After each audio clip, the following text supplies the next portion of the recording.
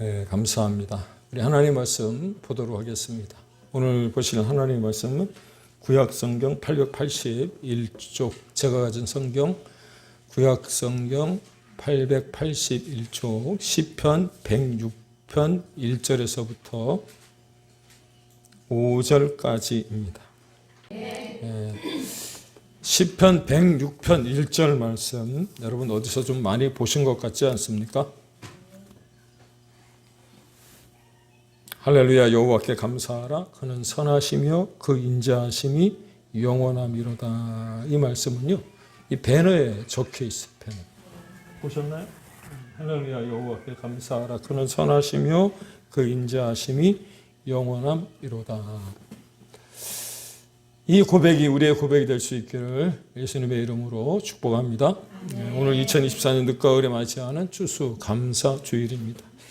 어제 낮에도 온도가 한 20도까지 올라가면서 제가 낮에 운전할 때 에어컨을 틀고 다닐 정도였는데 오늘 저녁 되니까 날씨가 추워져서 옷을 좀 두껍게 입어야 되더라고요. 여러분 감기 조심하시고요. 건강히 유의할 수 있기를 주의 이름으로 다시금 축복합니다. 그래요. 추수감사절을 맞이해서 오늘도 주님을 사모하는 마음으로 또 하나님의 손을 찾으신 또 여러분에게 하나님의 신령한 은혜와 능력과 권능이 충만하게 임하게 되어지기를 또 흘러넘칠 수 있기를 예수님의 이름으로 축복합니다. 나아가 오늘이 추수감사절인데 언젠가도 말씀을 드렸습니다만 그저 맥주 감사절이나 추수 감사절을 맞이해서 감사를 찾는 것이 아니라 지난 한 달 동안 계속해서 여러분들에게 말씀을 드렸듯이 감사를 찾기 시작을 하면 정말 하나님 앞에 감사할 것들이 많아지더라고 하는 거예요. 그래서 평소에 오늘 설교의 제목처럼 나의 호흡이 감사가 되어질 수 있기를 다시 한번 예수님의 이름으로 축원을 드립니다. 그런데 그런 의미에서 제가 한 주간 말씀을 묵상하는 중에 지난주에 나누었던 그 말씀 한 구절, 인생 말씀 한 구절이 계속해서 떠오르는 거예요. 정말 우리에게 소중한 말씀이 아닐 수 없다는 생각이 들었는데 여기 서 있는 목사가 여러분에게 여러분의 인생에 있어서 그래요. 어느 멋진 곳에 가시면 여러분들이 인생샷을 남기지 않습니까? 그렇게 인생샷을 남기듯이 인생 말씀 한 구절로 삼았으면 하고 외웠던 지난주 디모데전서 4장 4절에서 5절의 말씀, 지난 한 주 다 외우셨죠? 잘 외우신 줄로 믿습니다. 안 외우신 것 같은데 다 외우신 것으로 믿고 앞에 화면을 보시고 다 함께 봉독해 보도록 하겠습니다. 시작. 하나님께서 지으신 모든 것이 선함에 감사함으로 받으면 버릴 것이 없나니 하나님의 말씀과 기도로 거룩하여 짐이라. 아멘. 예, 잘하셨어요. 성경이 모두 몇 권으로 되어 있죠? 66권으로 되어 있습니다. 구약이 39권, 신약이 27권, 66권으로 되어 있는데 장수가 모두 1189절이고요. 그 다음에 절수로 따지면 31,173절입니다.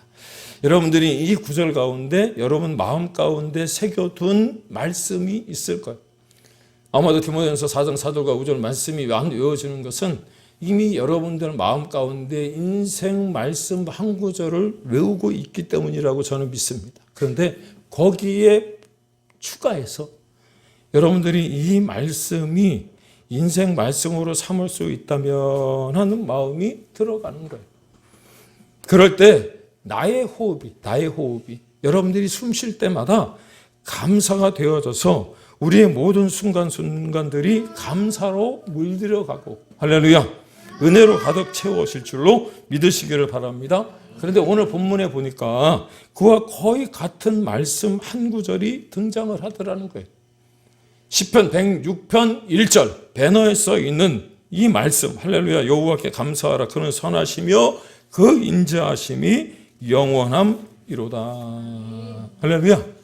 이 말씀 또한 여러분들이 주야로 묵상하고 또 곱씹고 되새김질 하시면서 이 말씀을 좀 외워둔다면 여러분 시편 기자와 같이 여호와께 감사하고 그분의 선하심과 인자하심이 영원함이라고 하는 그 하나님을 향한 찬송이 여러분 우리 가운데 나타나게 될 줄로 믿으시기 바랍니다. 그런데 시편 기자가 이렇게 아름다운 고백을 한 것과는 달리 여러분과 시편 106편 1절부터 5절까지 말씀을 봉독했잖아요. 그런데 6절에서부터 48절까지 시편 106편이 1절에서부터 48절까지 되어 있거든요. 그런데 6절부터 48절까지의 그 말씀을 보면 이스라엘의 타락 역사를 기록하고 있더라는 겁니다. 그렇습니다. 6절에서부터 기록된 내용들을 보면 과거 이스라엘이 계속해서 하나님을 거역하고 배반하는 모습을 광야에 있을 때 그들이 엄청난 잘못을 하나님을 하고 있었다라고 하는 것을 적나라하게 보여주고 있더라는 거예요. 그럼에도 불구하고 시편 기자가 뭐라고 하나님께 고백하고 있느냐면 그 하나님은 선하시며 인자하심이 영원하신 분이시래. 믿습니까? 이유가 무엇일까? 그렇게 제가 좀 궁금해하던 제 말씀을 묵상하다가 시편 106편은 누가 썼을까? 이 아름다운 고백을 누가 할 수 있었을까? 그렇게 싶어서 참고 서적들을 찾아봤어요. 표준정과라든지 동화정과라든지 이런 것들을 찾아보니까 작자 미상으로 되어져 있더라. 누가 적었는지 모르는데. 그런데 이 시편 앞뒤로 나와 있는 시편 100편 또 시편 101편 또 시편 이렇게 쭉 말씀대로 보니까 거의 다윗이 쓴 시였고, 그래서 이 느낌과 어떤 문체들을 보니까 다윗이 저자가 아니었을까 그런 생각이 들더라고 하는 거예요. 만약 그렇다고 할 때 다윗이 자신의 삶을 돌이켜 보니까 조상들과 하나도 다를 바 없는 죄인일 뿐이더라는 거예요. 그래서 6절에 뭐라고 기록하느냐면 우리가 우리의 조상들처럼 범죄하여 사악을 행하며 악을 지었다고 고백하지 않습니까? 사랑하는 여러분, 여러분이 알고 계시는 다윗은 어떤 사람이죠? 사도행전 13장에 보면 하나님의 마음에 맞는 사람이요, 개역 한글 성경에 보면 하나님의 마음에 합한 사람이라고 나올 정도로 하나님 마음에 꼭 들었던 사람이 바로 다윗 아닙니까? 그럼에도 불구하고 다윗이 자신 스스로를 돌이켜볼 때 하나님 앞에 설 수 없는 죄인이었다라고 하는 것을 고백하고 있는 거예요. 왜냐? 다윗 또한 실수가 많은 사람이었잖아요. 그런데 하나님께서 자신을 내치지 않고 회복시켜 주셔서 여기까지 오도록 베푸신 은혜를 감격하더라는 거죠. 그렇습니다. 복음을 전파하는 일에 자기의 생명을, 자기의 목숨을 조금 더 귀한 것으로 여기지 않았던 사도 바울이 있지 않습니까?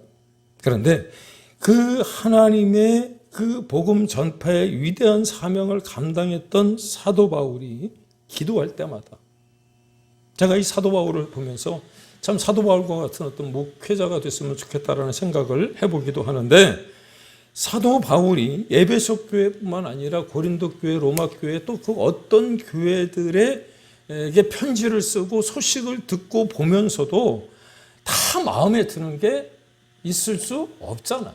때로는 마음에 흡족하지 않은 거예요. 여러분들이 목회자를 바라볼 때도 여러분 마음에 다 드는 건 아니지 않습니까? 목회자도 마찬가지. 성도들 바라볼 때 100% 마음에 드는 게 없어요. 그런데 여러분 우리의 삶 가운데 정말 중요한 게 무엇이냐면 만남이라고 하는 거예요. 만남. 사람과 사람과의 만남도 굉장히 중요하지만 여러분 그 가운데 예수님을 만났다라고 하는 것이 복인 줄로 믿으시기를 바랍니다. 그래서 늘 목회자가 기도하는 거예요. 어떤 기도를 하느냐? 좋은 성도를 만나게 해달라. 그런데 성도들도 마찬가지예요. 좋은 목회자를 만나게 해달라. 그런데 이게 딱 맞아 떨어지면요 시너지 효과가 나거든요. 근데 제가 늘 이렇게 사도 바울을 보면서 그런 생각을 하는 거예요. 그런데 무엇이 배울 점이냐면 때로는 보고 이렇게 듣는 어떤 이야기들이 마음에 들지 않음에도 불구하고 사도 바울은 그 기도를 그 성도들을 위해서 또 그 교회를 위해서 기도할 때 늘 감사로 시작을 하더라는 거예요. 믿습니까? 왜 그랬을까 생각을 해보니 사도 바울의 고백이 있어요.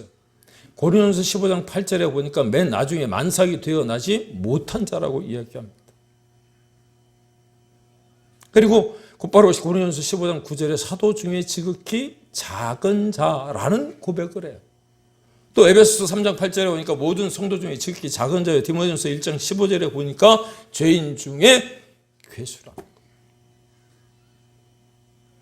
자신에게 주어진 하나님의 은총은 그런 어떤 다른 교회와 성도들의 문제보다 더 크다는 것을 알고 있었기 때문에 우리는 처음에 하나님 앞에 나와서 기도할 때 회개하면서 하나님 나는 죄인 중에 괴수예요 라고 고백을 하는데 점차 거꾸로 그래서 어떻게 해요? 하나님 앞에 나처럼 나보다 하나님 앞에 헌신하는 사람들이 어디 있느냐고 나처럼 교회를 위하여 봉사하는 사람이 어디 있느냐고 한번 나와봐 이렇게 얘기하는데 사도 바울은 오히려 거꾸로 가고 있어요. 맨 나중에 만삭이 되어나지 못한 자라고 얘기했던 그가 주님의 은혜를 알게 되면서 했던 고백이 무엇이냐. 주님 앞에 설 때마다 죄인 중에 괴수라.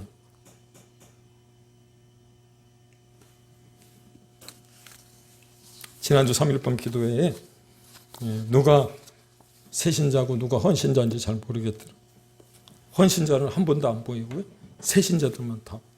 여러분 헌신하십시오. 할렐루야. 헌신하시는 분들이 별로 없었어요. 새신만 있었어요. 새신. 제가 지난주에 월요일날 볼을 차다가 풋살을 하는데 이게 그 밑창이 떨어져 갖고 덜렁덜렁 입을 딱 벌리고 돈을 달라고 그러더라고요. 그래서 새로 살라고 보니까 쿠팡에 뭐 한 2만 원짜리에서부터 한 10몇만 원짜리까지 있는데 당근을 뒤졌더니 3만 원짜리 아디다스가 있어서 제가 그 당근에 가서 3만 원짜리 새 신발 택도 안 뗀 거 3만 원에 팔길래 그거 사왔어요. 이제 내일 이제 아침에 모이면 그거 새 신발 신고 이제 볼을 차야 되는데 그 신발이 이제 새 신발이 아니라 이제 헌 신발이 되겠죠. 저를 위해서 저의 발을 보호해주는 아마 헌신자가 될 것 같아요.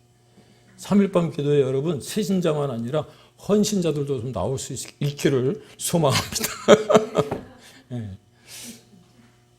그래. 사도 바울이 봤을 때 자신을 생각해 보니까 자신에게 주어진 하나님의 은혜가 당연한 것이 아니라 받을 자격이 없음에도 불구하고 하나님이 지금까지 베푸신 은혜를 생각해 보니까 기억해 보니까 상기해 보니까 감사를 드릴 수밖에 없더라. 그러므로 여기서 깨달아야 할 것이 있다면 무엇이냐면 세상에 당연한 것은 없다는 거예요. 동의하십니까? 그런 의미에서 이 시간 남은 본문을 다 읽었으면 좋겠지만 시간 관계상 그럴 수 없기에 여러분들에게 숙제입니다. 이 교회는 뭐 나왔는데 뭔 숙제를 이렇게 자꾸 내죠. 여러분 숙제하셔야 돼요. 여러분이 집에 가셔서 이 시편 106편 5절까지 읽었으니 6절에서부터 48절까지 읽어보시면 좋을 것 같은데 왜 읽어보시라고 하느냐면 그 말씀 가운데 나를 보는 것 같아요. 어찌 말을 안 들어도 기질이 그렇게 안 들을 수 있는지. 광야에서 하나님이 40년 동안 그렇게 돌보시고 입히시고 먹이셨음에도 불구하고 지금 당장 채우셨음에도 불구하고 내가 갖고 싶은 거 다 채워주셨음에도 불구하고 늘 원망하고 불평하는 그 이스라엘 백성들이 그 안에 보이는 거예요.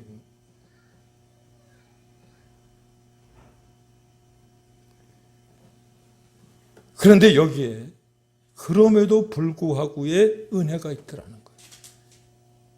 저 같으면 진짜 말 안 들어도 그렇게 안 들었으면 야 호접하고 딱 이렇게 얘기할 것 같은데 그 하나님의 사랑은요 헤세드의 은혜라고 말씀을 드리고 싶어요. 여러분 헤세드라고 하는 단어를 들어보셨나요? 이 헤세드는요 구약에 가장 많이 사용된 히브리어 단어 사랑이라는 뜻이고요. 신약 성경에 기록한 헬라어로 기록된 아가페가 바로 이 헤세드. 그러므로 하나님의 은혜를 잊은 채 계속해서 패역을 반복하는 이스라엘 백성들을 계속해서 용서하시고 그들에게 베풀어 주시는 하나님의 사랑은 어쩌면 파격적이다라고 그렇게 말씀드릴 수 있을 것 같아요. 엑스트라 오디너리. 파격적이라는 거예요. 매일 성경이 내일부터 호세아서를 봅니다. 호세아서를 쭉 보시면 14장까지 하나님의 사랑이 얼마나 큰지를 알게 되는데, 여러분 호세아 선지자를 불러서 음란한 여인, 음탕한 여인 고멜과 결혼하라니, 율법에 어긋난 일임에도 불구하고 하나님이 왜 그렇게 하셨을까? 이 고멜이라고 하는 여인이 누구를 가리키냐면 바로 이스라엘을 가리키는 거고, 하나님 한 분만을 섬기라고, 그렇게 하나님의 말씀을 따라 살아가라고, 그 하나님의 말씀에 순종하라고 했음에도 불구하고 드라빔과 에봇을 함께 예배하는 그 이스라엘 백성들, 그 음란한 여인에게 다가가 결혼하라고 하는 그 모습을 보면은요, 참 이 은혜가 얼마나 큰 은혜, 파격적인 은혜인지를 깨닫게 되는 거예요. 그러면서 알게 되는 게 무엇이냐면, 하나님이 그렇게 선택한 이스라엘 백성들에게 내려주신 은혜는 불가항력적인 은혜라고 하는 거예요. 그렇죠. 그런데 이스라엘 백성들은 그 은혜에 감격하지 못하고 감사하지 못하고 불평하고 원망하는 거예요. 사랑하는 여러분, 다윗뿐이겠습니까? 사도 바울뿐이겠습니까? 우리도 돌이켜보면 하나님께로부터 각별한 사랑을 분에 넘치는 은혜를 지극히 큰 은총을 받고 누리시는 줄로 깨닫기를 축복합니다. 그래, 여러분들이 한번 찾아보셨는지 모르겠습니다만 성경에 감사라고 하는 단어가 모두 몇 번 나오는지 아십니까? 쉬어보면 거의 한 200번 정도 나와요. 정확하게 195번, 196번 이렇게 얘기하는데, 구약 성경에 한 130번, 신약 성경에 한 70번 정도 나옵니다. 감사라고 하는 단어가 그렇게 많이 나오지는 않아요. 그런데 제가 그 기록된 감사라고 하는 단어를 설교를 준비하면서 찾아보니까 하나님이 제게 주신 은혜가 무엇이냐면, 감사라고 하는 것은 환경의 열매가 아니더라고요. 그래서 우리가 늘 부르는 찬양 가사 가운데 우리가 매일 숨쉬며 사는 것, 아침에 해가 뜨고 저녁에 노을 치는 것, 봄의 꽃향기와 가을의 열매, 변하는 계절의 모든 순간이 당연한 것이 아니라 하나님의 은혜임을 수시로 무시로 고백해야 여러분 감사할 수 있는 줄로 믿으시기 바랍니다. 요즘은 잘 부르지 않는 찬양이 있어요. 공평하신 하나님, 송명의 시인의 나라고 하는 찬양이에요. 들어보셨나요? 네. 나 남에게 있는 건강이 있지 않으나 나 남이 없는 것 있으니 나 남이 못 본 것을 보았고 너 남이 듣지 못한 음성 들었고 나 남이 받지 못한 사랑 받았고 나 남이 모르는 걸 깨달았네. 공평하신 하나님이 나 남이 가진 것 나 없지만 공평하신 하나님이 나 남이 없는 것 갖게 하셨네.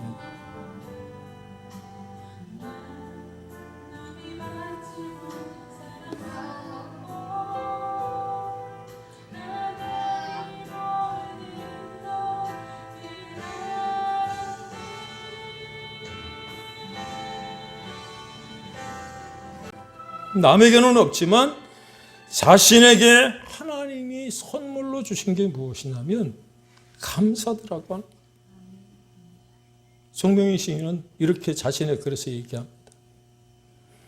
어머니 양수가 너무 일찍 터지는 바람에 여물지 못한 결안처럼 태어난 자신이라. 그럼에도 불구하고 잘 자라주었으면 좋았을 텐데 그만 뇌성마비가 되었고요. 초등학교는 문턱도 넘지 못했어요. 그랬던 그녀가 17살 때 예수님을 만나고 1985년에 시로 고백한 찬양이 바로 이 찬양입니다. 송명희 시인은 자신에게 없는 것으로 인하여 원망하지 않았습니다. 자신에게 없는 건강, 자신에게 없는 부유함 때문에 불평하지 않았습니다. 오히려 예수님으로 인하여 남이 갖지 못한 것, 자신이 가진 그 놀라운 은혜로 인하여 감격해하고요, 감사했다. 사랑하는 여러분, 요즘 MZ세대들 때로 이런 얘기합니다. 우리 가운데 많은 사람들이 MZ세대뿐만 아니라 무엇이 있네, 무엇이 없네, 금수저니 흑수저니 하는데 생각해 보십시오. 우리 모두는 송명희 시인보다 정말 좋은 환경에서 태어났고 지금 여러분이 가진 게 얼마나 많습니까?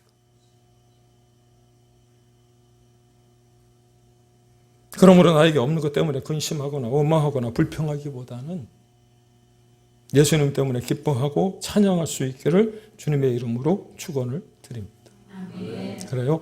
우리 인생 가운데는 누구나 아픔이 있고 상처가 있습니다. 그렇다고 해서 그 아픔과 상처를 평생 짊어지고 살아갈 수 있는 것 아니잖아. 그런데 그 아픔과 상처에서 출애굽할 수 있는 방법이 무엇이냐?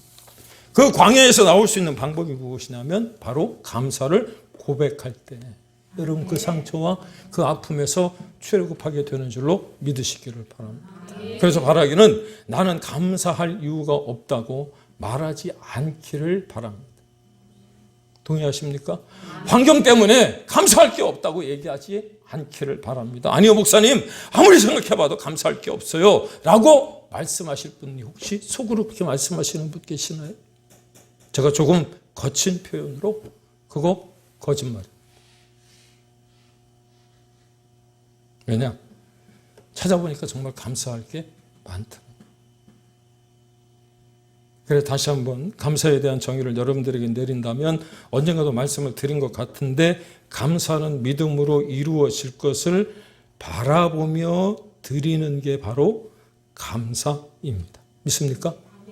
그런데 정말 여러분들에게 우리는 거기에 해당이 되지 않겠지만 우리 요즘 그리스도인들의 모습을 보면 참 지성하고 좀 송구하고 자존심 상할 수 있겠지만 믿음의 사람이라고 살아감에도 불구하고 아직 거기까지 다다르지 못하는 것 같아요. 미리 감사가 안 된다. 우리 재훈이한테 내가 부탁을 드린 이제 뭐 좀 있으면 결혼할 것 같은데 결혼을 하는 순간 하나님 앞에 미리 감사하세요. 이제 우리 아내가 된 사람 뱃속에서 자랄 아이 뭐 아직 잉태도 되어 있지 않고 이제 뭐 첫날밤을 지내지도 않았지만 하나님 좋은 아기, 튼튼한 아이, 건강한 아이 또 이 나라와 민족을 위해서 쓰임받는 아이 하나님 주실 줄 믿습니다. 그리고 하나님 앞에 감사의 물을 좀 미리 한번 들어보요. 드릴 수 있기를 축복합니다. 그게 바로 미리 감사예요. 미리 감사. 좋은 아이 태어났을 때, 건강한 아이 태어났을 때 누구나 다 감사할 수 있어요. 결혼하는 그 순간. 제가 여러분 그 말씀 드렸잖아요. 신대원 들어가자마자 하나님 앞에 기도한다고 오살리 기도원 3일 금식하러 들어갔는데 주일날 저녁에 들어가서 월요일날 아침이 돼서 이제 눈을 뜨고 이렇게 산책을 하는 중에 웨딩카가 들어와 있어요. 웨딩카. 웨딩카가 어떤 건지 아시죠? 차에다가 리본 쭉 달아놓은 거. 저 친구들이 분명히 주일이나 토요일 날 결혼식을 하고 신혼여행을 가야 되는데 저 차가 왜 여기 있을까라는 생각을 해보니까 여러분 신혼 첫날 밤을 어디서 보낸 거예요? 오살리 기도원에서 보낸 거예요. 웨딩카 타고 들어와서 거기서 3일 여러분 하나님 앞에 예배드리고 신혼여행 간다? 여러분 쉽지 않은 얘기예요. 제가 그날 그거 보고요 너무 은혜가 되는 거예요. 3일 금식이 어렵지 않았어요. 3일 금식을 마치는 오전에 예배를 드리러 딱 올라갔더니 많이 보던 사람이 사회를 보는 거예요. 저 사람 도대체 어디서 봤지? 군대 선임이었어요. 바로 윗기수. 여의도 순복음교회 다니던 사람이었는데 아니 그 사람이 무슨 사회를 보지? 그리고 예배가 끝나고 나서 제가 쫓아갔더니 그 사람이 깜짝 놀라는 거예요. 왜?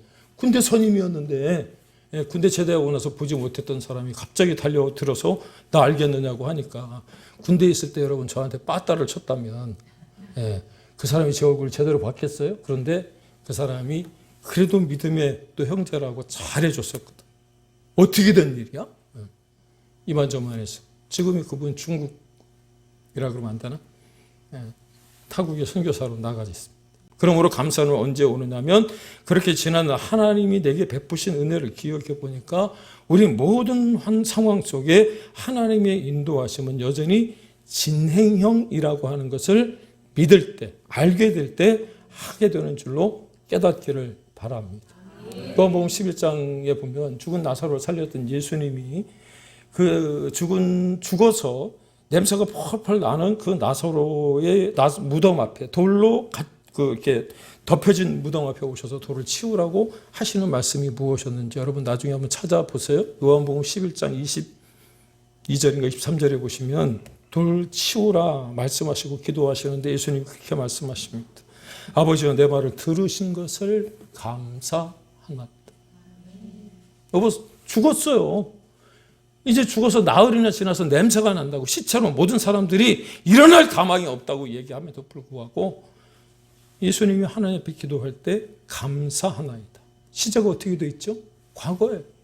그런데 그 과거가 아니라요, 지금도 하나님의 역사는 진행되고 있다는 사실을 믿었기에 그 죽은 나사로에게 일어나 나오라고, 걸어오라고 말씀하셨더니 여러분, 기적이 나타난 줄로 깨닫기를 바랍니다. 왜냐? 그것이 바로 하나님의 주권을 인정하는 거거든요. 지난달에 배웠던 에레미야서 에가서 기억하십니까? 에레미야 에가 3장 32절 33절에 보면 이런 말씀이 있어요. 그가 비록 근심하게 하시나 그의 풍부한 인자에 따라 긍휼히 여기실 것임이라. 주께서 인생으로 고생하게 하시며 근심하게 하심은 본심이 아니시로다. 믿습니까? 네, 인생으로 고생하게 하시며 근심하게 하는 건 하나님의 본심이 아니라는 거예요. 에레미야 선지자가 이스라엘 남유다가 멸망하는 것을 보고 그 마음이 그 에레미야 에가서에 나와 있는 것처럼 쑥과 담즙 같았지만 하나님의 뜻을 헤아려 보니까 그 순간 정말 감사했던 게 무엇이냐면 하나님의 뜻이 거기에 담겨 있다는 것을 알고 에레미야 에가 3장 24절 25절에 이렇게 고백합니다. 이것들이 아침마다 새로우니 주의 성실하심이 크시도소이다. 내 심령에 이르기를 여호와는 나의 기업이시니 그러므로 내가 그를 바라리라 하도다. 기다리는 자들에게나 구하는 영혼들에게 여호와는 선하시도다. 아멘? 이게 바로 감사라는 거예요. 다른 게 감사가 아닙니다. 지금 우리의 삶이 비극적인 어떤 모습으로 연속되어진다고 할지라도 여호와가 나의 기업이 되시고 주의 성실하심이 크시기 때문에. 믿습니까? 우리의 삶이 마치 예루살렘처럼 풍전등화 속에 놓여 있다고 할지라도 결코 그것이 끝이 아니라, 믿습니까? 침몰하지 못하게 할 뿐만 아니라는 것을 여러분 신뢰할 때, 누구를요? 하나님을 신뢰할 때. 왜? 그 하나님의 역사는 현재 진행형이기 때문에. 믿습니까? 그러면 감사할 수 있다는 거예요. 그래서 우리를 향해 하나님은 사도 바울을 통해서 뭐라고 말씀하시느냐면 빌립보서 4장 6절에 아무것도 염려하지 말고 다만 모든 일에 기도와 간구로 너희 구할 것을 감사함으로 하나님께 아뢰라. 같이 하셨으면 더 좋았을 것 같아요. 왜냐? 이걸 아셔야 돼요. 기적이 일어났을 때 하나님 앞에 감사하는 것은요, 듣기 민망하실 수 있지만 하수 인생입니다. 그런데 감사함으로 기적을 불러일으키게 하는 사람은요, 고수 인생을 살아가요. 왜 우리가 마음을 다해서 하나님께 감사하지 못하는 거냐? 하수 인생을 살아가기 때문에. 문제의 핵심은 하나님이 인자하시고 변함이 없으신데 상황에 따라 요동하고 원망하기 때문이라는 거예요. 그래서 읽지는 않았습니다만 오늘 보면 시편 106편 13절에 보니까 그가 행하신 모든 일을 다 잊어버렸다 그러거든. 이스라엘 백성들이 홍해를 건너서 출애굽할 때에 그 광야와 같은 땅, 마른 땅을 걷게 하셨던, 그래서 그 홍해를 꾸짖으셨던 하나님의 기적을 봤음에도 불구하고, 그 은혜를 경험했음에도 불구하고 잊어버리는 거예요. 잊어버렸다는 거예요. 어떤 분들은 그런 얘기합니다. 아유, 참 교회 갔더니 자꾸 하라 그래. 말씀도 외워야 된다 그러고 성경 공부도 해야 된다 그러고 뭐 헌신도 해야 된다 그러고, 그리고 내가 교회를 나갔더니 하나님 복을 받는다, 하나님의 복을 받는다 그랬는데 복을 받지는 못하고 맨날 고난 거 어떤 뭐 환난이 연속인 것 같아. 그래서 벌어지는 일이 무엇이냐면 속된 말로 그냥 하나님과 연 끊고 살면 되지 이렇게 말씀하시는 분들도 있을지도 모르겠어요. 그런데요, 그렇게 죄를 지으면 여러분 마음 편할까요? 하나님과 연을 끊고 세상에서 내가 살고 싶은 대로 다 살면 여러분 편하게 살 것 같습니까? 오늘 시편 106편 15절에 보니까 이 말씀을 여러분 주위에서 보시면 좋을 것 같은데요. 15절 말씀입니다. 그러므로 여호와께서는 그들이 요구한 것을 그들에게 주셨을지라도, 여러분들이 요구한 것, 하나님께 기도했던 것, 여러분들이 받고 싶은 것, 그래서 하나님이 응답해 주셔서 그 삶이 풍성해지고 풍족해지고 여러분 흘러 넘친다고 할지라도 뭐라 그랬어요? 하나님을 떠나면 영혼은 쇠약해진대요. 그러므로 여호와께서 그들이 요구한 것을 다 주셨을지라도 그들의 영혼에 쇠약이 있다면 무슨 소용이 있겠습니까? 따라서 오늘 이 말씀을 들으시고 난 후 우리의 삶의 변화가 일어났으면 좋겠습니다. 어떤 변화요? 하나님께서 내게 주신 은혜를 너무 쉽게 잊어버리지 않도록 기도하시는 거예요. 하나님의 말씀을 들었으면 그 말씀이 오늘 내 가슴을 두들기고 내 마음을 쳐서 여러분 그 울림이 있었다면 인생 말씀 한 구절로 여러분 삼기를 결단하셔야 돼요. 상황이 닥칠 때마다 원망하고 불신앙으로 반응했던 이스라엘 백성들의 뒤를 따르지 않겠다고 하는 새롭게 다짐하는 그런 어떤 마음, 그런 어떤 시간들이 여러분 우리 모두에게 있기를 주의 이름으로 축복합니다. 그래서 우리가 정의를 지키고 공의를 행하며 주의 백성들에게 베푸시는 은혜를 기억하며 살아갈 때 이상이 높은 그리스도인들이 아니라요, 세상 사람들이 봤을 때 저 사람은 이상이 높아 이게 아니고요, 참 인상에 남는 사람이라고, 그런 그리스도인이라고 하는 칭찬을 받게 되는 줄로 믿으시기를 바랍니다. 세상에 둔 이상은요 허상이에요. 그러나 하나님으로 말미암아 하나님의 말씀과 기도로 거룩해진, 그래서 그 빛으로 아우라가 생긴 사람들은요 인상이 남는 오래 가는 사람으로 여러분 살아가게 될 줄로 믿으시기를 바랍니다. 그래서 오늘 이 2024년 추수감사절이 하나님이 내게 주신 선물임을 깨닫고 그 모든 순간순간 감사함으로 여러분과 저의 호흡 가운데 감사가 늘 흘러 넘칠 수 있기를, 그래서 행복한 하루하루를 살아가는 우리 모두가 다 되시길 예수님의 이름으로 축원을 드립니다. 아멘. 기도하겠습니다.